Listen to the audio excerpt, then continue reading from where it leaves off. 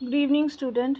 जैसे कि मैंने लास्ट लेक्चर में आपको ऑलरेडी बोली थी कि आपको जो 3 साल के जो रिपीटेड क्वेश्चंस हैं वो भी आपको प्रोवाइड कर दूंगी इंशाल्लाह। तो इसीलिए ये वीडियो बना रही हूँ जिसमें मैं एक्सप्लेन तो कुछ नहीं करूँगी, बट आपको स्क्रॉल करके बता दूंगी कि कौन कौन से 3 साल में आए थे और बहुत ज़्यादा कॉमनली क्वेश्चन पूछे कौन से जाते हैं। तो वो तीनों वो सारी चीज़ आपको ध्यान में रखना है। ओके, सो इससे पहले मैंने बताया कुछ क्वेश्चन वीडियो में कि लाइक हाँ ये रिपीट हुए हैं। सो वैसे ही क्वेश्चन नंबर फर्स्ट ये भी रिपीट हुआ था इस साल जो अभी जो बीएड के बच्चों ने एग्ज़ाम्स दिए हैं। क्वेश्चन नंबर 2,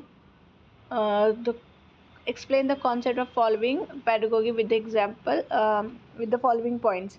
ये इस साल भी आया था, तो आप लोगों को इस पर फोकस करना चाहिए। प्लस ये explain the approach of advantages of pedagogy and write its user blending and scenario based learning। ये भी आया था इस बार, तो आप लोगों को इस पे ध्यान देना चाहिए। Plus what is ICT, right the uses of ICT in the following educational process. ये भी क्वेश्चन रिपीट हुआ है इस साल, तो आप लोगों के लिए बेनिफिशियल है कि ये कॉमन क्वेश्चन पूछे जाते हैं और इस पे आप अच्छे मार्क्स स्कोर कर सकते हो। वाई यू नो, बिकॉज़ ये हमारे प्रैक्टिकल बेस जो हम अपने स्कूल कॉलेजेस में पढ़े हैं और जो हमारे टीचर्स ने पढ़ाई है, एज अ टीचर आप खुद पढ़ रहे हो, वो सारी चीज़ें उसमें फिट आप कर सकते हो। चैलेंजर बैरियर क्या क्या आते हैं इंडियन स्कूल्स में, क्या क्या फेस करते हैं।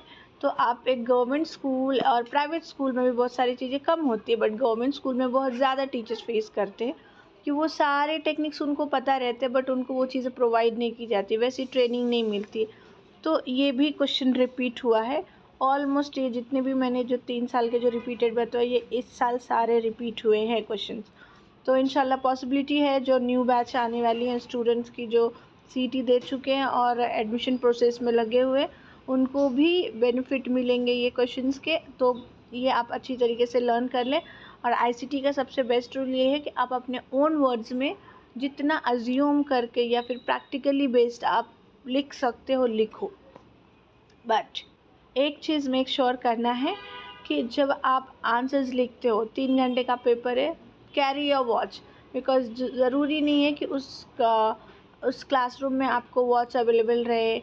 या फिर बहुत बार हम बार बार टाइमिंग पूछते तो एग्जामिनर भी इरिटेट हो जाता है कि कितना टाइम पूछा। अपना खुद का सेल्फ वॉच कैरी करो और एक क्वेश्चन को, फॉर एग्जांपल आप क्वेश्चन नंबर 1 का 1 सॉल्व कर रहे हो और आपको एक क्वेश्चन एटलीस्ट 3 पेज लिखना है 15 मार्क्स के लिए, तो एक क्वेश्चन को आपको 30 मिनट्स देना है।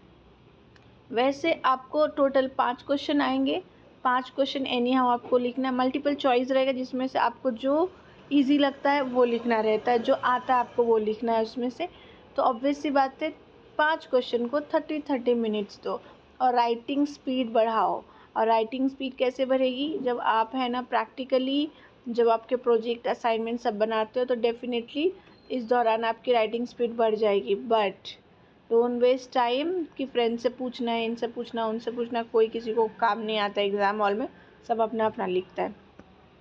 So all the best for the upcoming exam.